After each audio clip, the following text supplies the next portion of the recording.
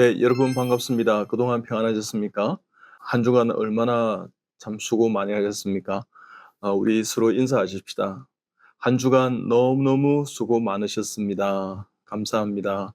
네, 잘하셨습니다. 네, 오늘은 암 환자들에게 유익한 정보란 무엇인가? 21세기는 정보의 홍수 속에 산다, 이렇게 이야기하지 않습니까? 참 많은 정보들이 있습니다. 그렇지만 그 많은 정보가 중요한 것이 아니라, 정보도 참 중요하지만 사실은 그 정보를 어떻게 옥석을 구분해내는, 정보를 종합하고 취합하는, 이것은 받아들일 정보, 이것은 별로 의미 없는 정보, 이렇게 구분하는 능력이 참 중요하다는 생각이 듭니다. 지나치게 또 많은 정보는 모르는 것만큼 위험할 수도 있습니다. 즉, 암 극복자들에게 정보는 너무너무 중요하죠. 그래서 어떤 사람은 정보를 막 수집하기 위해서 인터넷을 뒤지기도 하고, 병원을 이렇게 닥터 쇼핑하고 이렇게 전전하는 경우도 제가 봤고요. 또 어떤 분들은 여러 가지 그 암 커뮤니티나 요양병원 이런 데서 만난 분들이 "뭐뭐 하면 좋대. 나았대." 이러면 기가 솔깃해지지 않습니까? 그다음에 "뭐뭐 하면 안 된대." 또 "이것을 드시고 먹고 우리 아버님 고쳤습니다." 하면서 또 이렇게 하는 거. "뭐뭐해서는 절대 고칠 수 없대." 뭐 이런 여러 가지 정보가 있습니다. 즉, 여러분, 정보의 바다 속에서 갇히지 마시기 바랍니다. 어떨 때는요, 정말 모르는 게 약일 수 있습니다. 아는 게 독이 되기도 한다는 것입니다. 그렇기 때문에 바른 정보, 적용이 가능한 정보, 실천 가능한 정보, 그다음에 적합한 정보, 그 정보가, 암에 대한 정보가 나에게 적합한가, 이런 것을 따져볼 필요가 있습니다.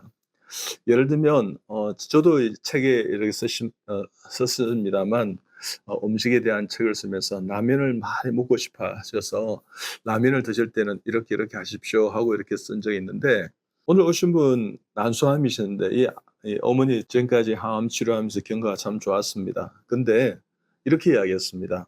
"제가요, 어저께 라면을 2젓가락을 먹었는데요, 무려 설사를 30번이나 해서 화장실을 들락날락 밤새 잠을 못 자고 2kg 정도 내 몸이 빠졌습니다." 그러면서요, "정말 그런 줄 몰랐어요." 이렇게 이야기했습니다. 여러분, 그렇습니다.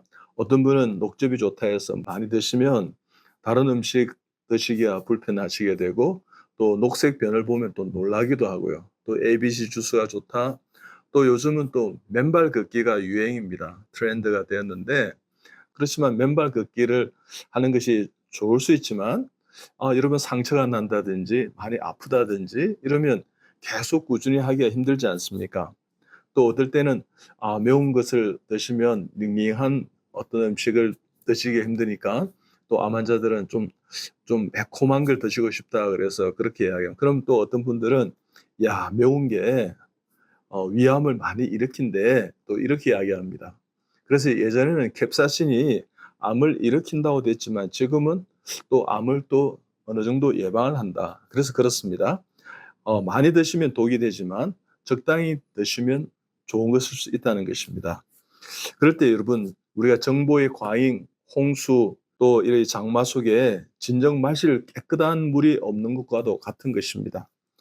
정보 수집을 위해서 이렇게 전전하지만 좋은 정보를 얻기란 또 쉽지 않을 때가 있습니다.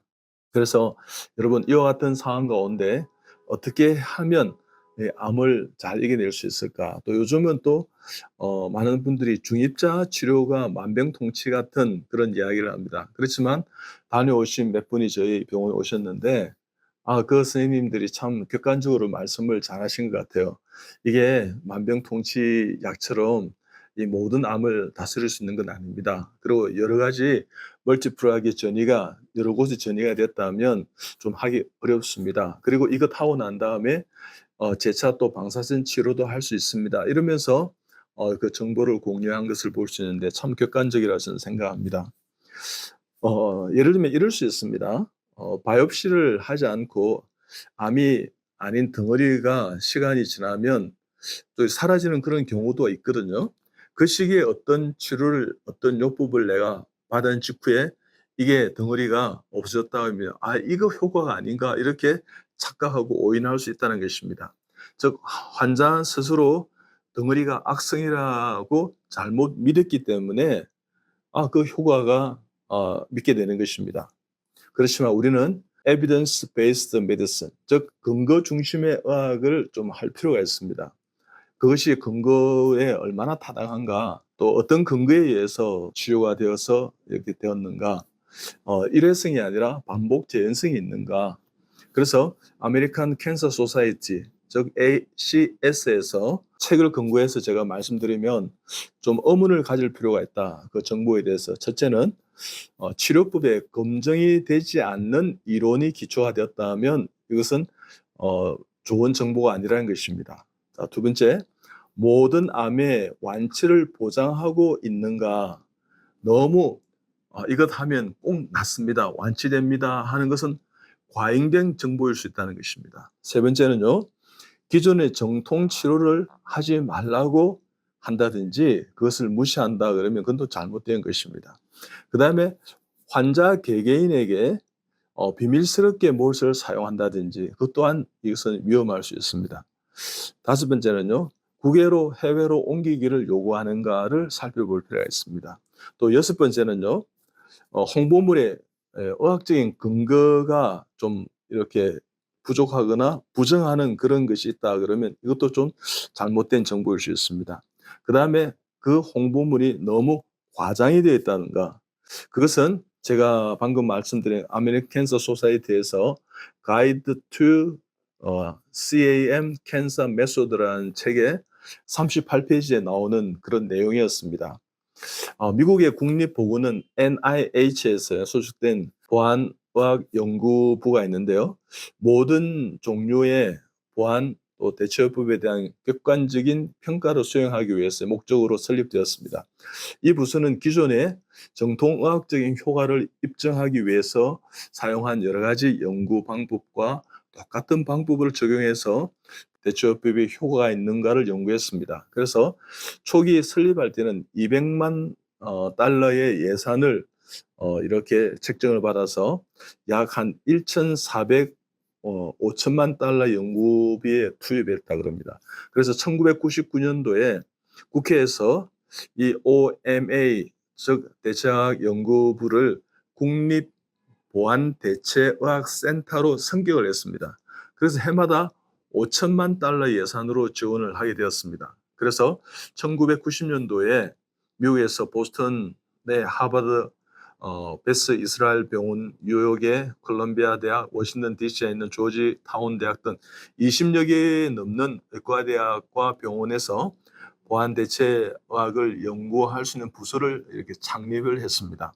그래서 27개 대학이 넘는 대학에서 이 보안통합, 보안대체학에 관련 내용들을 신설하게 되었는데, 캘리포니아 북쪽의 스탠포드 대학, 로스앤젤레스의 세다 시나이 의료센터라든지 뉴욕에 있는 슬로안 캐터링 캔서 센터 등에서 많은 의료진들이 센터에서 환자의 여러 가지 보안 통합, 그런 또 대체하는 어떤 그런 그 연구에 대해서 하는 어떤 메소드에 대해서 연구를 했습니다.